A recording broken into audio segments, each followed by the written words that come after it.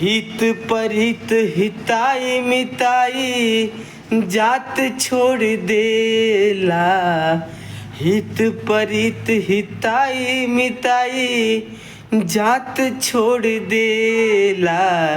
जब समय होला कमजोर, जब समय होला कमजोर त हर कोई साथ छोड़ देला।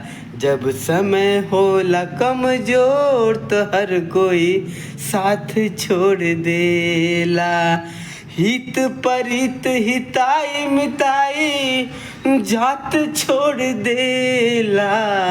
हित परित हिताई मिताई जात छोड़ देला।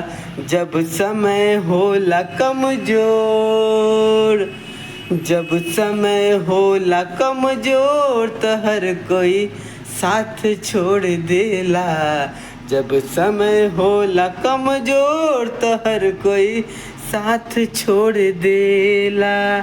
देखिए भैया, दुनिया में कुछ है नहीं, समय है तो सब कुछ है। इसलिए कहते हैं, एक गरीब का गाना है मेरे आवाज़ में, लाइक शेयर कर दीजिए।